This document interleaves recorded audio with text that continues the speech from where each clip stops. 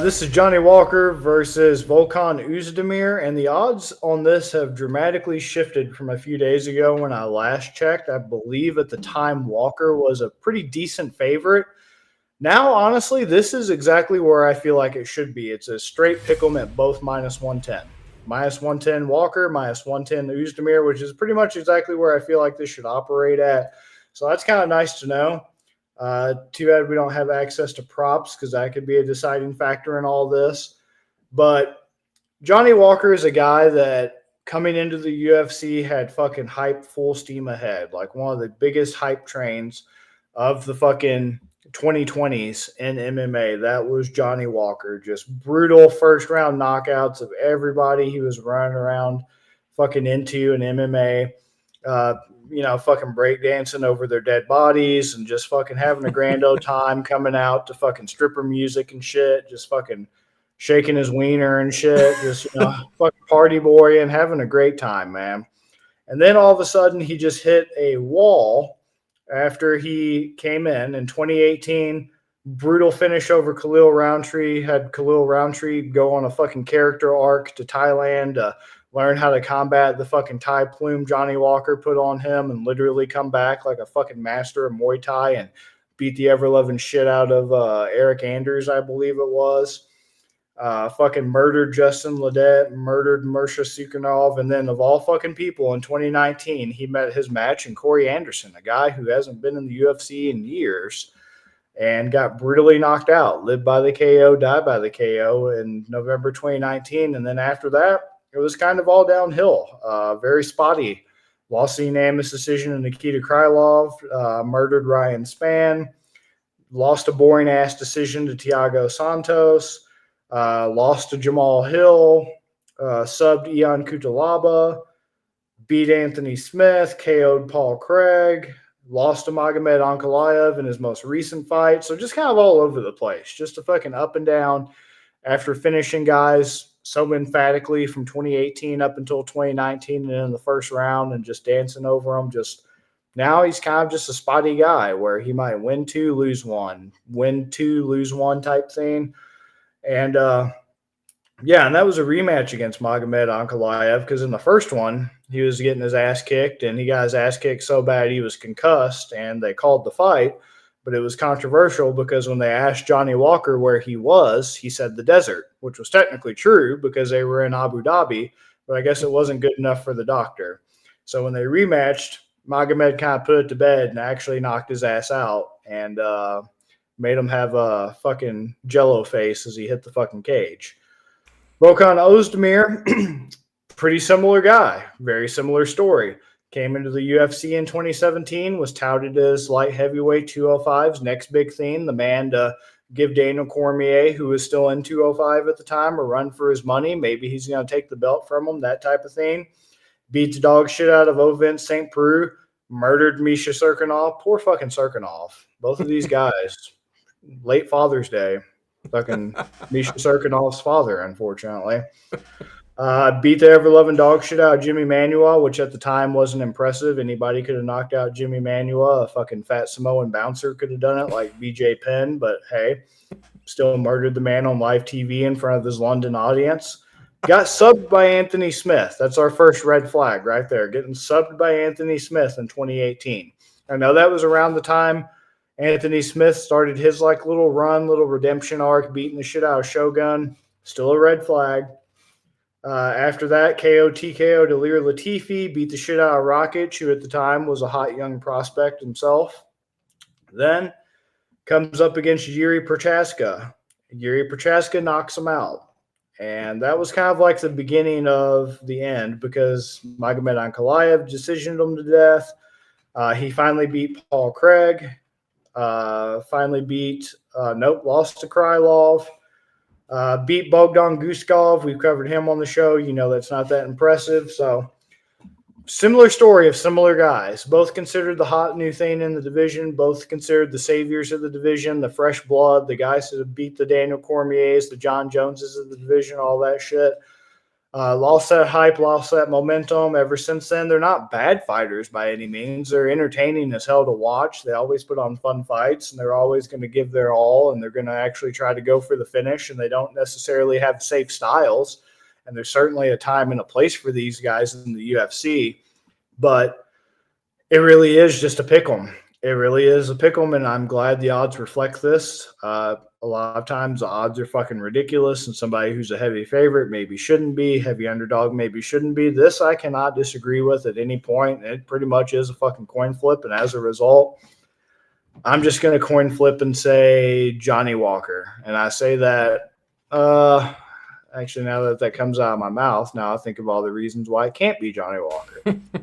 Johnny Walker's a glass cannon. If you don't knock out Johnny Walker, he's going to knock out you. Volkan Oezdemir, I don't necessarily know that he's in glass cannon territory. Being knocked out by Yuri Prochaska is nothing to be ashamed of. Yuri Prochaska does hit like a fucking freight train and does have, for how unconventional it is, still good striking. So there's no shame in that. So I can't necessarily say that he's like, his chin is shot and all that shit, because I think, at least in the UFC, Prochaska is the only one who's knocked him out anyway, because the other loss to Smith was by sub. So actually, now that I say that, I really think Johnny Walker is going to lose. So I'm going to go with Oezdemir. I'm actually going to say Oezdemir gets his first knockout in a long time, just because of how chinny Johnny Walker is. I hate when people say, "Oh, fighter XYZ's chinny," because that could be true, but it's just like kind of seems like a meme at this point, and people just kind of throw that word around a little bit too fucking much. No, Johnny Walker really is. If he doesn't hit you and you connect with him clean, the motherfucker can't take it. Like, there was one fight on the Brazilian regional scene, he got knocked out 4 times, and each time was more comically ridiculous than the last. He doesn't get knocked out in a normal way. He's from that James Vick MMA school of getting knocked out and collapsing like a fucking Star Wars walker AT-AT. He cannot. He's wacky flailing inflatable tube man. So I'm going to say Volkan Oezdemir. I'm going to say KO TKO, just because Johnny Walker cannot take a clean fucking shot to save his life like he's a fucking recovering alcoholic. Bobby, fantastic breakdown. I'm very torn, and you did not help at all. I'm looking at Johnny Walker. He's got that 7-inch reach advantage. But then Vegas has 26% of the bets on Volkan and only 7% of the money. And at a pick 'em, if they can pocket like 93% of the money, like, are you joking?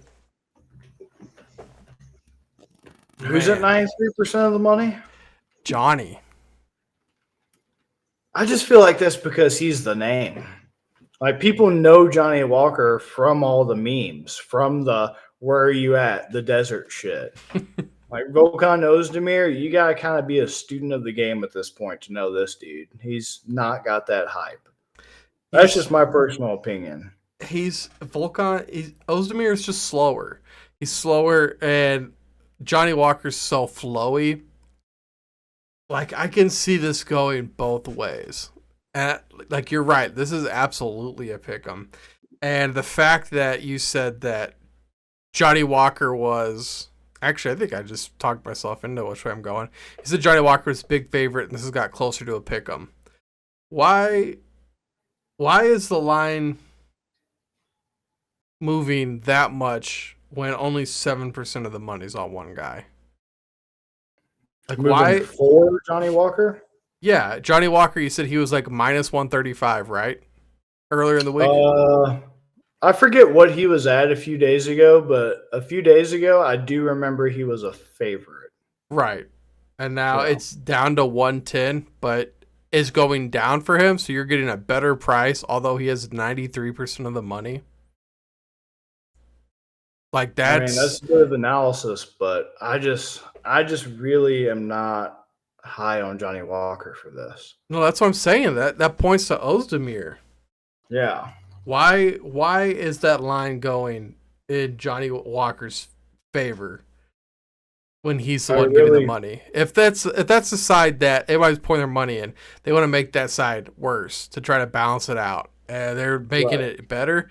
That makes no sense. I And really so think yeah, they're give me just Ozdemir. taking advantage of the name because at this point he still has a name. Ozdemir doesn't. So Right. people, if they hear Johnny Walker and they just want to casually bet on this card and they see he's on this card, I feel like it's one of those situations where they're just like, "Oh, Johnny Walker, the guy who fucking knocks everybody out," and it's like, yeah, but do you also watch his last 4 or 5 fights? Have you Right. watched since 2020? Because he can also get knocked out. And Magomed Ankalaev is not exactly like he's better than people give him credit for, but he's not exactly some amazing, crazy fucking striker. He's not exactly like a world class, fast twitch, fucking buzzword athlete out here. He's kind of actually, in my humble fucking opinion, in the same vein style of striker as Ozdemir, where you're not exactly relying on like crazy ass, fast twitch, explosive movement to just take Right. somebody's head off. You just kind of have some decent power and some decent openings against opponents that are already chinny in this case, a word I'm actually okay with using. One clean shot, because Johnny Walker is not exactly a defensive masterclass type guy in striking. It doesn't take much for Johnny Walker. Like every shot he's hit with, even though it floors him, you see the replay and you're like, that was it. That was what fucking floored him and put him on his ass. And every fucking time it is.